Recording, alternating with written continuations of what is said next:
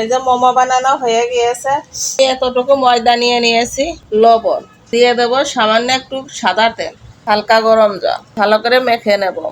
Do বানিয়ে নিয়েছি, 20 minute মতন আমি ঢেকে রেখে দেবো।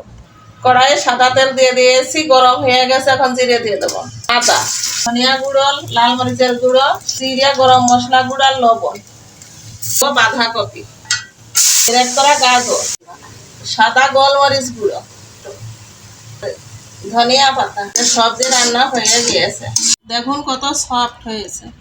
ছোট বল বানিয়ে নিয়েছি। আর এই যে এখন আমি এইটা পারি, এইটাই যে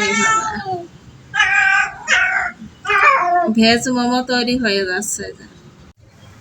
কড়াইয়ে যে জল বসিয়ে দিয়েছি, স্টিমটা বসাই দিলাম, ঢেকে দেবো। দেখুন কত সুন্দর মোমো হয়েছে।